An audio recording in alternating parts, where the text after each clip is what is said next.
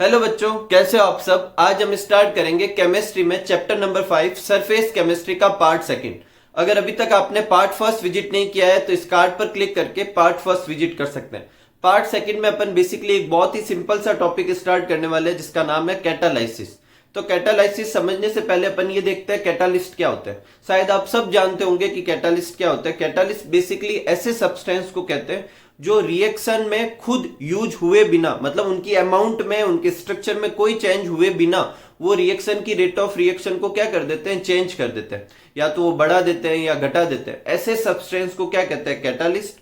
और कैटालिस्ट के यूज से किसी रिएक्शन का रेट ऑफ चेंज होना, रेट ऑफ रिएक्शन चेंज होना, इसे क्या कहेंगे, कैटालाइसिस। ठीक है। तो substance which change the rate of reaction without being used up itself is called catalyst and the phenomenon of change of rate of reaction by use of catalyst is known as catalysis। कोई problem नहीं।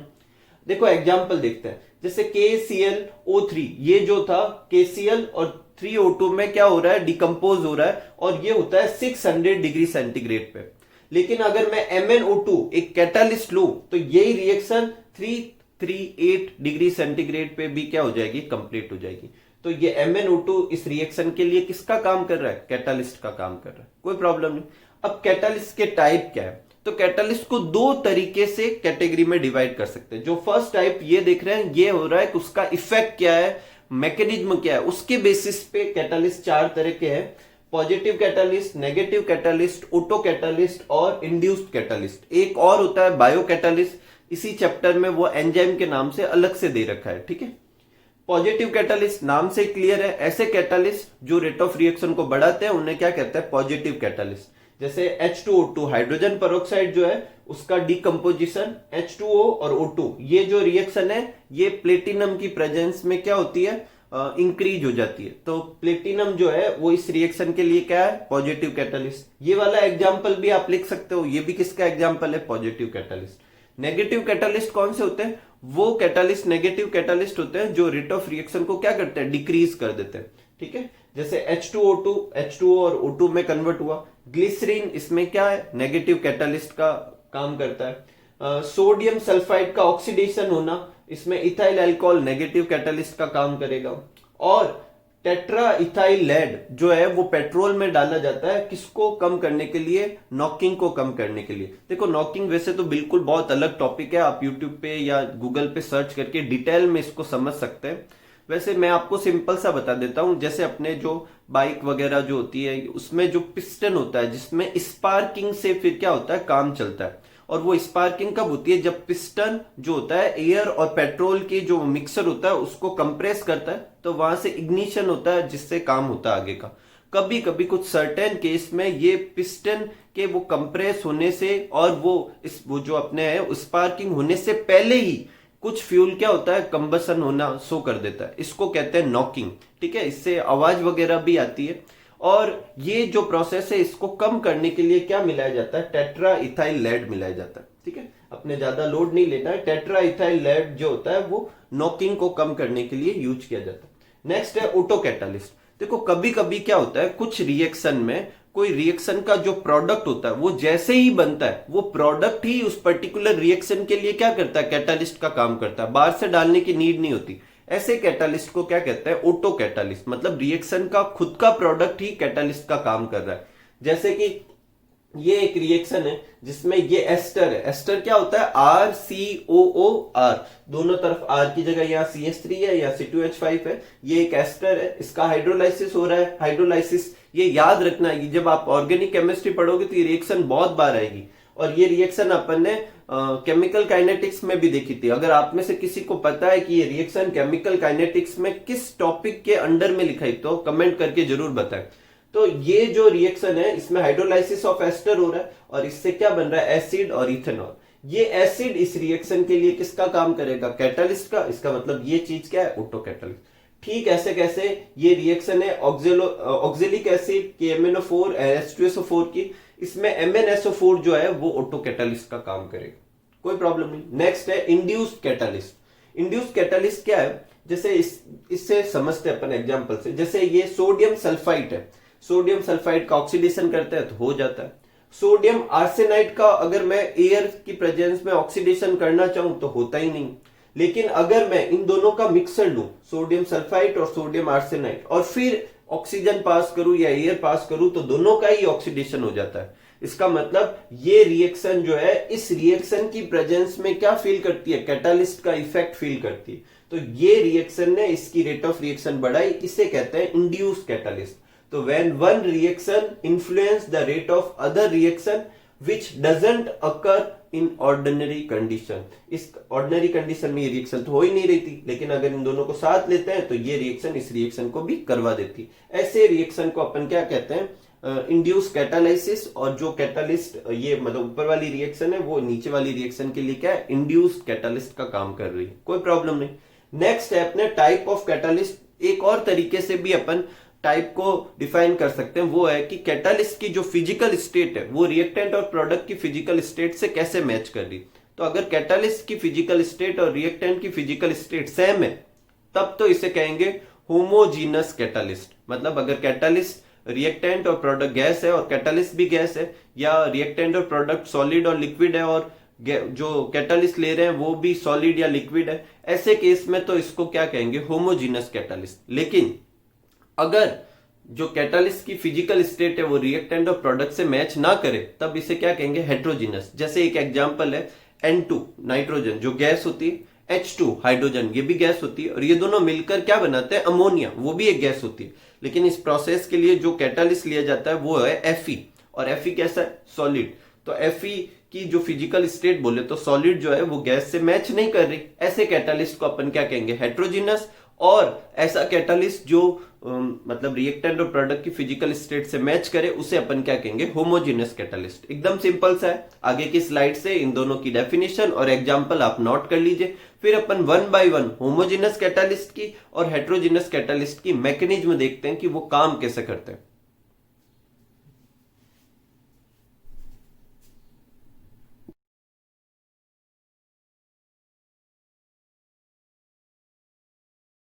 Next लेते हैं अपन mechanism of homogeneous catalyst. तो देखो homogeneous catalyst की जो mechanism है वो अपन इंटरमीडिएट कंपाउंड फॉर्मेशन से समझाएंगे। तो ध्यान से सुनना, जैसे ए और बी आपस में रिएक्ट करके क्या बना रहे थे, ए बी बना रहे थे, और ये एक कैसा प्रोसेस था, स्लो प्रोसेस था।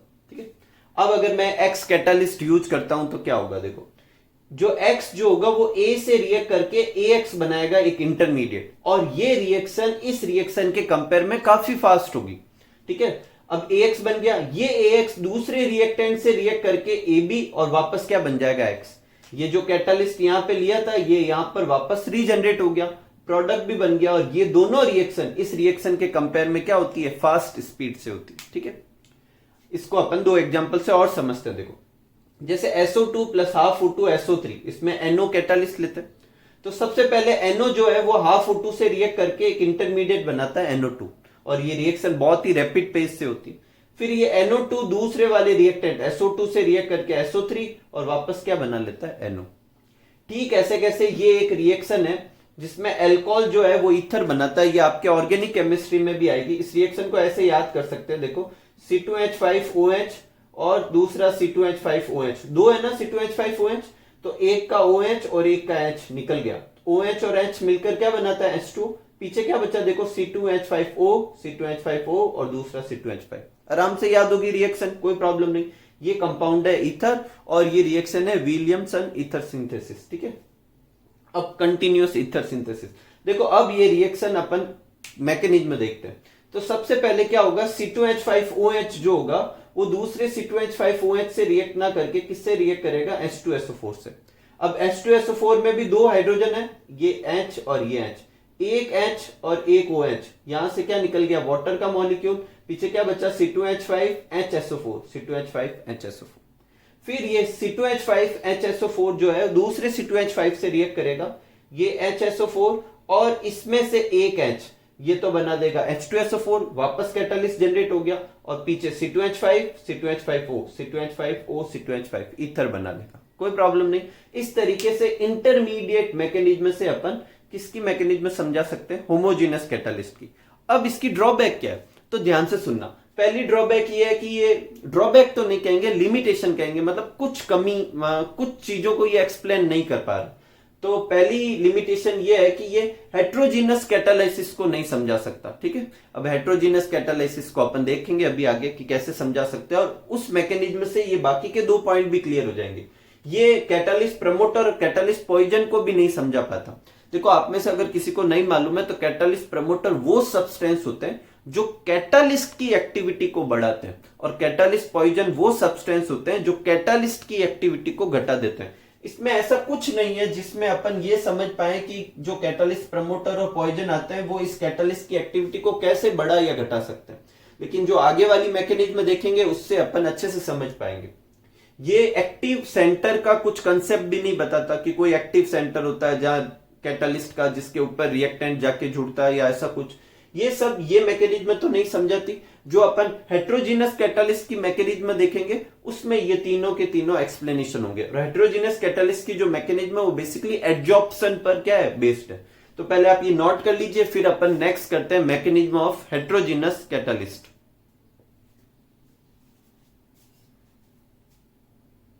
नेक्स्ट है मैकेनिज्म ऑफ हेट्रोजीनस कैटालिस्ट। तो देखो, हेट्रोजीनस कैटालिस्ट की मैकेनिज्म को कैसे एक्सप्लेन करेंगे।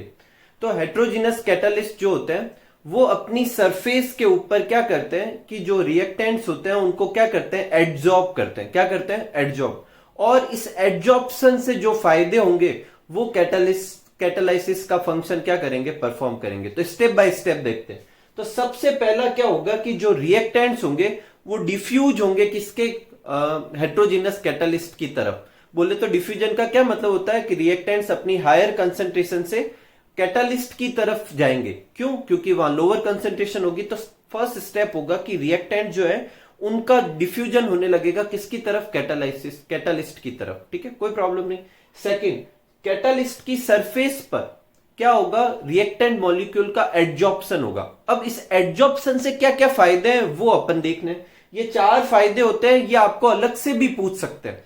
तो पहला फायदा और सबसे इंपॉर्टेंट फायदा है कि जब एडजॉर्प्शन होता है तो हीट रिलीज होती है, क्योंकि एडजॉर्प्शन एक एक्सोथर्मिक प्रोसेस है और उस हीट को रिएक्टेंट के मॉलिक्यूल यूज कर सकते हैं किसके लिए, एक्टिवेशन एनर्जी के लिए। फर्स्ट फायदा। सेकंड, जब उसकी तरफ डिफ्यूज होंगे और उसकी सरफेस पे धीरे धीरे रिएक्टेंट के मॉलिक्यूल जा जाके क्या होते जाएंगे, एडजॉर्ब होते जाएंगे, तो उनकी कंसंट्रेशन बढ़ जाएगी। और रिएक्टेंट मॉलिक्यूल की कंसंट्रेशन बढ़ना रेट ऑफ रिएक्शन को बढ़ाता है। Third point, adsorb molecule dissociate होंगे। जो रिएक्टेंट होंगे वो जब उसकी सरफेस पे एडजॉर्ब होंगे तो एनर्जी को यूटिलाइज कर वो किसमें, free radical, cation, anion, intermediate ions में क्या होंगे, कन्वर्ट हो जाएंगे। और ये आयन जो होते हैं वो मॉलिक्यूल के कंपेयर में क्या करेंगे, जल्दी रिएक्ट करते हैं। ठीक है, तो ये भी एक फायदा होगा। फोर्थ होगा कि जब एडजॉर्ब मॉलिक्यूल जो होंगे, जो अपने कैटालिस्ट की सरफेस पे एडजॉर्ब हो रहे हैं रिएक्टेंट, वो एक दूसरे के पास में होंगे, जिससे उनके बीच में कॉलिजन बढ़ेगा। और 4th चैप्टर में अपन ने देखा था कि अगर कॉलिजन बढ़ेगा तो फिर क्या होगा, रेट ऑफ रिएक्शन बढ़ेगी। तो इस 4 तरीके से एडजॉर्प्शन जो होता है, मतलब रिएक्टेंट मॉलिक्यूल का कैटालिस्ट की सरफेस पे एडजॉर्प्शन रेट ऑफ रिएक्शन को बढ़ाता है। एक बार जब ये रेट ऑफ रिएक्शन बढ़ जाएगी, फैसिलेट हो जाएगी, उनके बीच में बॉन्ड बन जाएंगे, प्रोडक्ट बन जाएगा। ये प्रोडक्ट क्या होगा, वापस क्या होगा, डिजॉर्प्शन शो करेगा। बोले तो एडजॉर्ब मॉलिक्यूल वापस हट जाएगा। ठीक है, और अब हटा हुआ मॉलिक्यूल क्या होगा, वापस कैटालिस्ट की सरफेस से डिफ्यूज आउट हो जाएगा। मतलब कैटालिस्ट की सरफेस पे प्रोडक्ट ज्यादा है, दूसरी तरफ कम है, तो धीरे धीरे उससे दूर चले जाएंगे, वापस कैटालिस्ट की सरफेस क्या हो जाएगी, फ्री हो जाएगी। कोई प्रॉब्लम नहीं। डायग्राम से देखते हैं। देखो, सपोज करो कि ये कैटालिस्ट की क्या है, सरफेस है। ठीक है, और ए और बी 2 रिएक्टेंट है। सबसे पहले ए और बी रिएक्टेंट क्या होंगे, इसकी तरफ क्या होंगे, डिफ्यूज होंगे। बोले तो अपनी हायर कंसेंट्रेशन से इस तरफ बढ़ेंगे। सेकेंड स्टेप में ये इसकी सरफेस पे क्या हो गए, एडजॉर्ब हो गए। और जो हीट निकलेगी और जो ये फायदे होंगे, उन फायदों की वजह से क्या होगा कि जो ये ए और बी है इसके बीच में बॉन्ड फैसिलेट होगा। एक बार बॉन्ड बन गया, उसके बाद डिजॉर्प्शन होगा, ए और बी हट जाएंगे। ठीक है, और ए और बी हट गए और उसके बाद ये ए और बी इससे दूर जाने लगेंगे, इधर की हायर कंसेंट्रेशन से दूर जाएंगे। वापस कैटालिस्ट क्या हो गया, वैसा का वैसा फ्री हो गया। ये हेट्रोजीनियस कैटालिस्ट की क्या होती है, मैकेनिज्म होती है। एकदम सिंपल सी है, आप अच्छे से इसको नोट करें और अच्छे से समझे। एक और चीज, कैटालिस्ट देखो, एक अपन ने पॉइंट था कि जब केमिकल एडजॉर्प्शन में जब कोई मॉलिक्यूल एडजॉर्प्शन शो करता है तो वो परमानेंट होता है। अब यहाँ परमानेंट को आप अच्छे से समझना, ए और बी जब एडजॉर्ब हुए थे तो एडजॉर्ब होने के बाद उनके बीच में बॉन्ड बन गया। अब ये डिजॉर्प्शन से वो हट तो गए लेकिन ये बॉन्ड तो परमानेंट ही रहा ना, तो ये वो पॉइंट था। ठीक है, तो इस तरीके से हेट्रोजिनस कैटालिस्ट की जो मैकेनिज्म है अपन बेसिकली किससे समझा सकते हैं, एडजॉर्प्शन से समझा सकते हैं। और एडजॉर्प्शन से क्या क्या फायदे होते हैं वो अपन वापस रिपीट कर लेते हैं। पहला, जो हीट निकलेगी वो एक्टिवेशन एनर्जी प्रोवाइड करवाएगी। दूसरा पॉइंट ये होगा कि कंसंट्रेशन बढ़ा देगी रिएक्टेंट का, जिससे रेट ऑफ रिएक्शन बढ़ेगी। तीसरा क्या होगा कि कैटालिस्ट क्या करता है कि जब एडजॉर्प्शन शो करता है तो रिएक्टेंट मॉलिक्यूल आयंस और फ्री रेडिकल इनमें कन्वर्ट हो जाते हैं, जिनके बीच में रिएक्शन ज्यादा आसानी से होती है। और चौथा, कॉलिजन को बढ़ाता है जो रेट ऑफ रिएक्शन को बढ़ाता है। ठीक है, तो आप ये नोट कर लीजिए, फिर अपन आगे बढ़ते हैं। एंजाइम कैटालिस्ट, तो देखो एंजाइम कैटालिस्ट क्या है, तो देखो सर्टेन टाइप की केमिकल रिएक्शन लिविंग सेल के अंदर भी चलती है। और वो लिविंग सेल प्लांट की हो सकती है, एनिमल की हो सकती है, किसी माइक्रो ऑर्गेनिज्म की हो सकती है, कोई भी तरह की लिविंग सेल के अंदर भी कुछ सर्टेन टाइप की केमिकल रिएक्शन चलती है। इन केमिकल रिएक्शन को बायोकेमिकल रिएक्शन कहते हैं। जैसे डाइजेशन, रेस्पिरेशन, ये भी एक तरह की क्या है, बायोकेमिकल रिएक्शन है।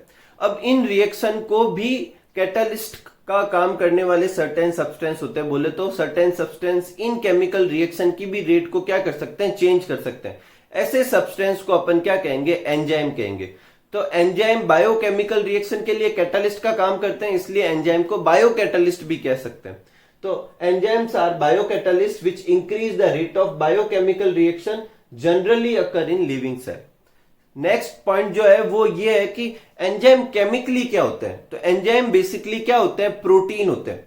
बायो की बुक में एक एक्सेप्शन भी दे रखा है कि एक ऐसा एंजाइम होता है जो प्रोटीन नहीं होता नेचर में, जिसका नाम मैं बता देता हूं, राइबोजाइम होता है। वो बेसिकली आरएनए होता है नेचर में, लेकिन जनरली मेजोरिटी ऑफ या ऑलमोस्ट सारे एंजाइम क्या होते हैं, प्रोटीन होते हैं नेचर में। ठीक है, आगे बढ़ते हैं।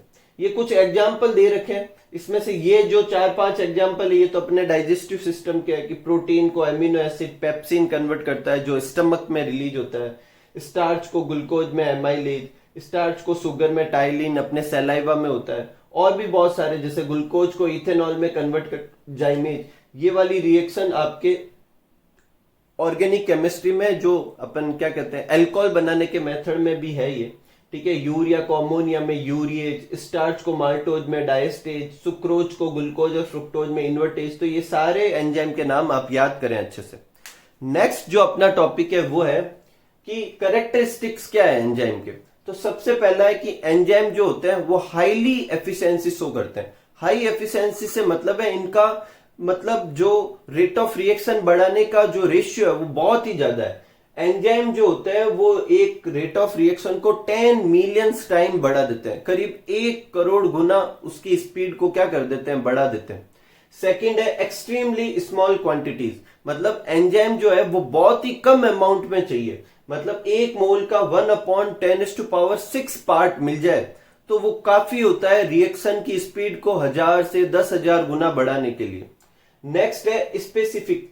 तो एंजाइम जो होते हैं वो एक स्पेसिफिक होते हैं, पर्टिकुलर एंजाइम पर्टिकुलर सबस्ट्रेट के ऊपर ही काम करते हैं। जैसे सपोज करो पेप्सिन है तो वो प्रोटीन को ही डाइजेस्ट करेंगे, ऐसे नहीं है कि पेप्सिन स्टार्च को भी डाइजेस्ट कर दे, फैट को भी डाइजेस्ट करते हैं। तो एंजाइम कैसे होते हैं, स्पेसिफिक होते हैं नेचर में।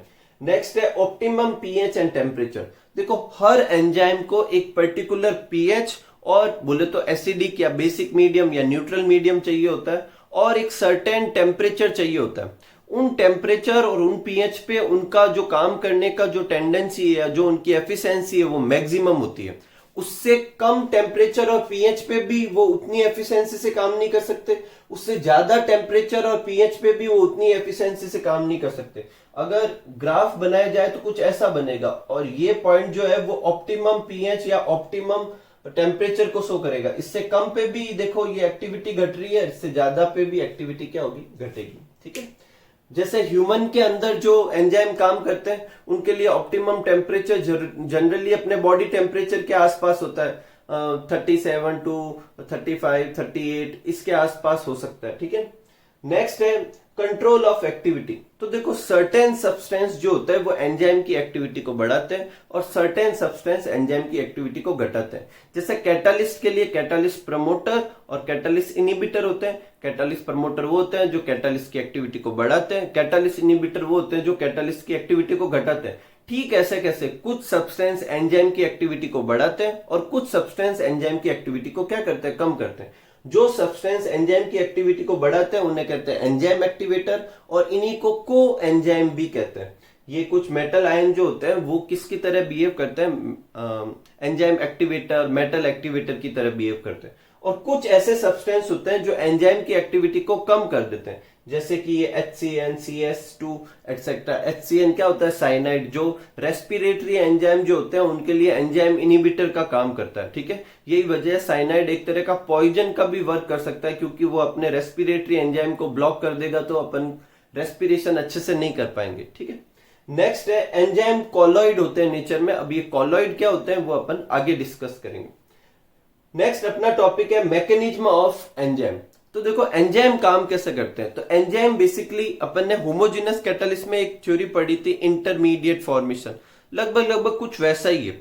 तो देखो एंजाइम जो होते हैं पहले सबस्ट्रेट बोले तो जो रिएक्टेंट होंगे उनके साथ जुड़ेंगे और एक एंजाइम सबस्ट्रेट कॉम्प्लेक्स बनाएंगे और फिर वो एंजाइम सबस्ट्रेट कॉम्प्लेक्स जो होता है वो टूट कर एंजाइम वापस रिलीज कर देगा और साथ में क्या बनाएंगे, अपने प्रोडक्ट बनाएंगे। लेकिन एक और यूनिक चीज है कि एंजाइम जो होते हैं वो स्पेसिफिक होते हैं। इसको समझाने के लिए एक की लॉक कंसेप्ट होता है, मतलब जैसे हर लॉक जो होता है उसकी एक पर्टिकुलर की होती है और लॉक और की में क्या रिलेशन होता है आप सब जानते हैं। उनके ऊपर शेप होते हैं वो एक दूसरे के एंटी होते हैं, उसमें फिट हुए जैसे होते हैं।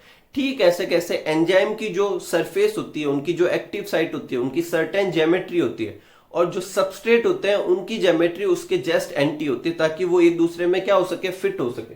जैसे ये एंजाइम है, इस पे ये एक्टिव साइट है, तो इस सबस्ट्रेट पे भी कुछ ऐसा शेप है जो इसमें एक दूसरे में क्या हो सकते हैं, फिट हो सकते हैं। ये ठीक वैसे ही है जैसे की और लॉक होते हैं, इसलिए इसे की लॉक कंसेप्ट भी कहते हैं। अब ये सबस्ट्रेट इस एंजाइम पे फिट हो जाएगा और क्या बनाएगा, एंजाइम सबस्ट्रेट कॉम्प्लेक्स, और फिर ये एंजाइम सबस्ट्रेट कॉम्प्लेक्स वापस टूटेगा, एंजाइम फ्री हो जाएगा और सबस्ट्रेट की जगह प्रोडक्ट बन जाएंगे। इसकी थ्योरी आगे की स्लाइड में लगी हुई है, आप वहां से नोट कर लीजिए। पहले आप अच्छे से पूरा नोट कर लीजिए, फिर आगे से वो थ्योरी नोट कर लीजिए, फिर अपन नेक्स्ट टॉपिक करते हैं।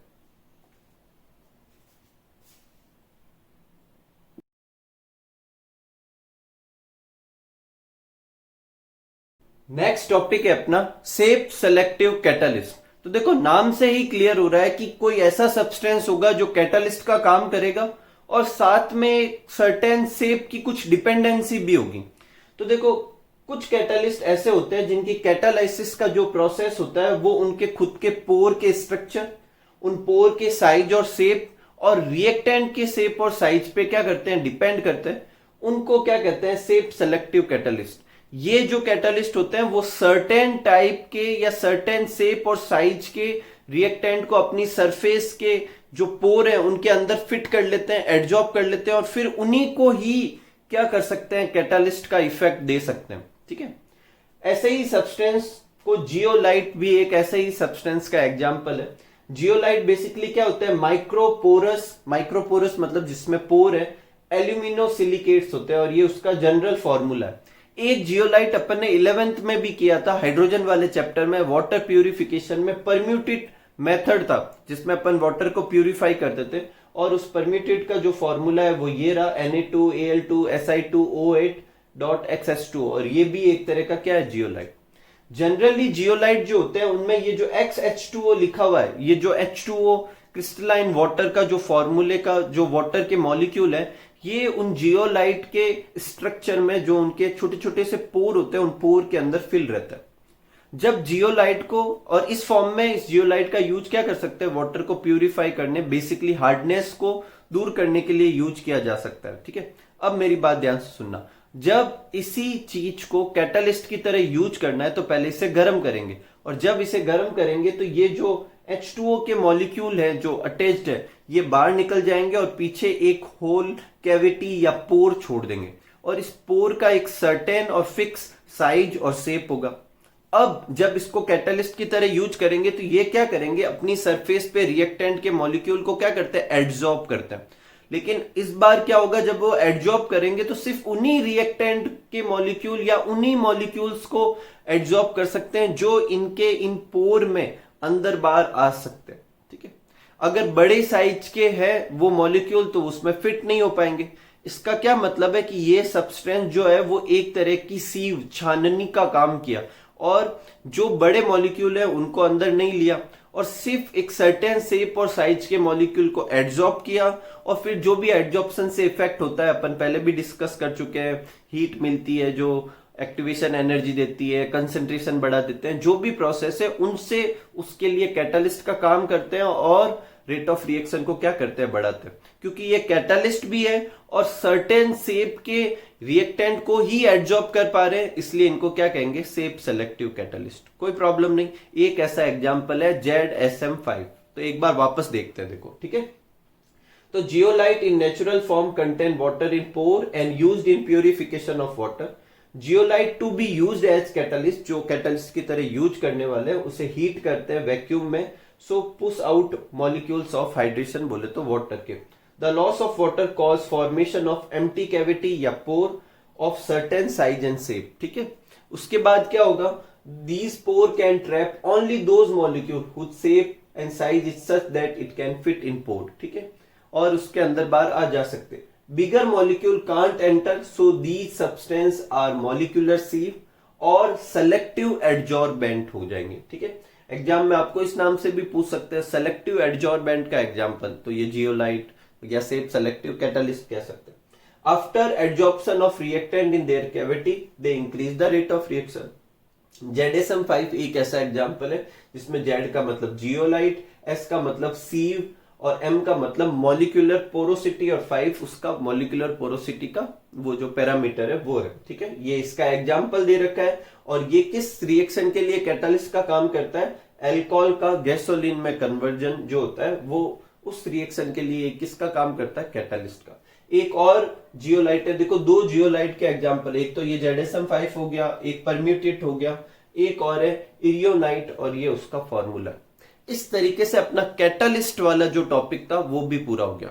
तो अभी तक अपन दो टॉपिक कर चुके हैं चैप्टर में, एक अपन एडजॉर्प्शन पूरा अच्छे से कर चुके हैं और एक अपन कैटालिस्ट कर चुके हैं। अब नेक्स्ट पार्ट जो होगा, नेक्स्ट वीडियो जो होगा, उसमें अपन एकदम न्यू टॉपिक स्टार्ट करेंगे जिसको कहेंगे कॉलॉइड। ठीक है, मिलते हैं अगले वीडियो में। तब तक आपसे उम्मीद करता हूं कि आप इस चैप्टर को या इस टॉपिक को अच्छे से मेहनत करके अच्छे से लर्न कर लेंगे और ये जो स्पेशली ये शेप सेलेक्टिव कैटालिस्ट इसको अच्छे से लर्न कीजिए और हेट्रोजिनस कैटालिस्ट की जो मैकेनिज्म है उससे भी अच्छे से लर्न कीजिए। ठीक है, तो खूब सारा खुश रहिए, खूब मस्त रहिए, खूब इंजॉय कीजिए अपनी लाइफ को, खूब सारा हार्डवर्क कीजिए। Thank you for watching.